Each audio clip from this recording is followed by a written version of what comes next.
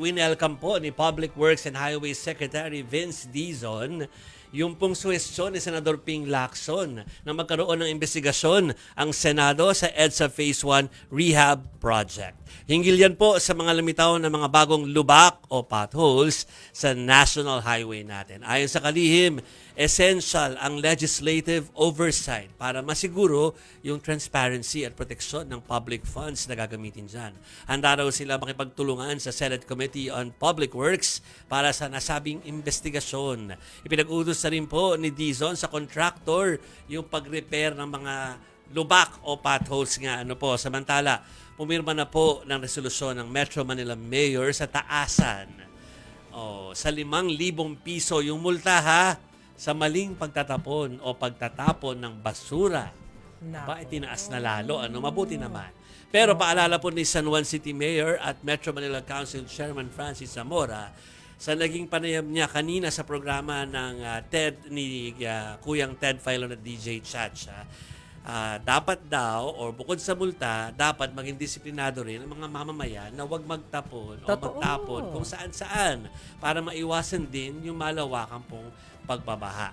Again, sinestress namin, of course, problema po ang korupsyon, kaya po hindi tayo binabaha dahil yung mga flood control projects po. At saka syempre, pag nagpapabaya ang LGU, naiipon ng basura, kaya po nangyayari yung ganyang sitwasyon. Pero, dapat meron din tayong responsibilidad bilang taong bayan na dapat huwag tayong magtatapon basta-basta o magtatapon basta-basta. Let's do our part also. Yung simpleng pagkain ng candy, yung pinagbalatan, lagay nyo na sa bulsa kung walang basurahan. Pag-uwi nyo, tsaka nyo itapon sa basurahan. Speaking of butas-butas, may mag-report na kapitbahay natin. Ito, butas-butas din. Lubak-lubak dyan sa may EDSA. Alamin na natin kung anong sitwasyon dyan mula po sa ating kapitbahay. News 5 correspondent, Gerard de la Peña. Ay, naku, ang pula-pula. Ang pula-pula. Hindi nakaka-stress yung background mo. Pula na nga ang jacket mo, pula pa yung likod mo. Merry Christmas!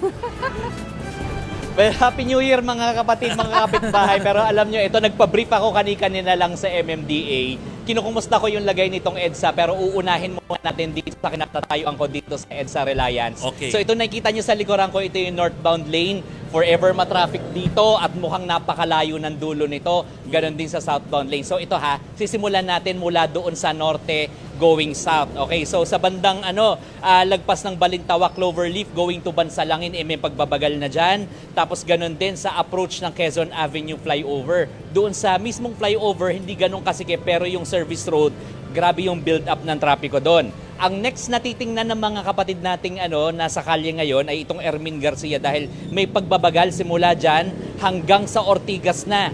Tapos ang next na niyan ay sa Shaw Boulevard at luluwag lang yan doon sa tunnel bago papunta dito sa sa may bandang MRT Boni. Tapos traffic na mula dito sa Boni hanggang sa Magallanes. So yung southbound lane dito sa kinatayuan ko hanggang Magallanes po ang traffic na iyan.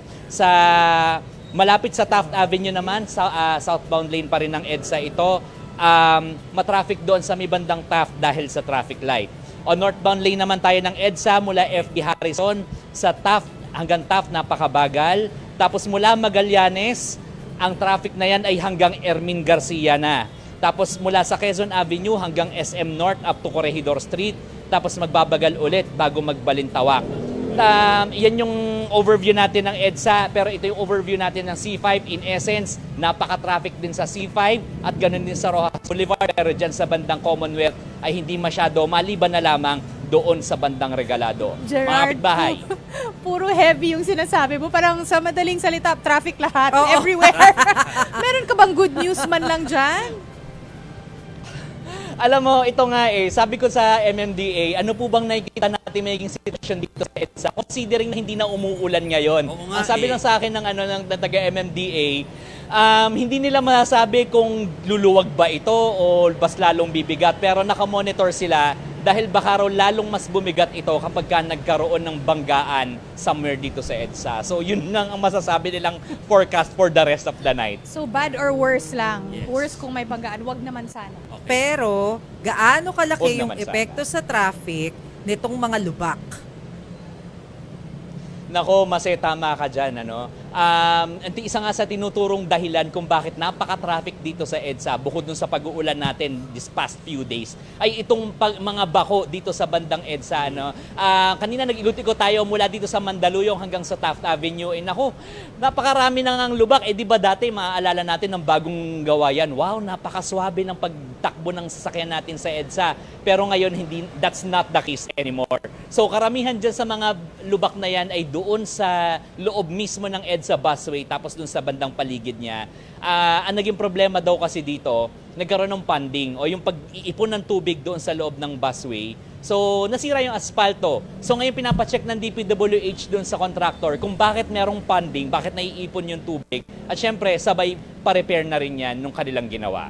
Mase. So, ongoing ang repair. Yes. Kailan matatapos? Hi. Wala pa Mahirap sinabi sa sagutin. akin kung kailan ito matatapos. Iniisip ko pala napagod na ako sa traffic pero Correct. medyo mabilis naman trumabaho ito kasi yung ginamit nilang asfalto dito, kung maalala ko yung ikinukwento sa atin ng Secretary Dizon, parang in about 3 or 4 hours ready ng daanan yung asfalto. Now, kung meron silang gagawin pagbabago doon sa technique nila ng repairs and construction, dyan magkakaalaman kung mas matagal ba yung gagawing repairs dito sa EDSA. Yeah. Okay, salamat na tayo kay kapitbahay Gerard de la Peña sa kanyang report mula dyan sa kanto natin kung saan na mukhang trap tayo ngayong gabi dito Kaya sa ating lugar. nga. Thank you, GDP. Thank Salamat, you, GDP. But alam mo, nung pagpunta ko rin sa Malacanang nitong mga 2 days ago ba yung walang pasok? Yung nag-work from home yung gobyerno. Oo. So medyo maluwag yung traffic ko dyan sa may Santa Mesa. In fairness, yung mga potholes doon, makikita mo na may mga naghaharang na ng mga personnel, nagtatapal na. So yung sumunod na araw, in fairness, na-improve Ay, na siya na naayos wala na. na yung lubak. Oo. Doon sa ilang area. Doon lang yan sa may Santa Mesa, ha? Yung sa EDSA, di ko alam. Ay, dito sa Pioneer, lumalaki din yung potholes natin. Sa Pioneer talaga? Street, oo. Ay, hindi pala kayo dumadaan doon. Pag weekdays, pag hindi kayo lumalabas dito. Oo. Okay. Nako. So,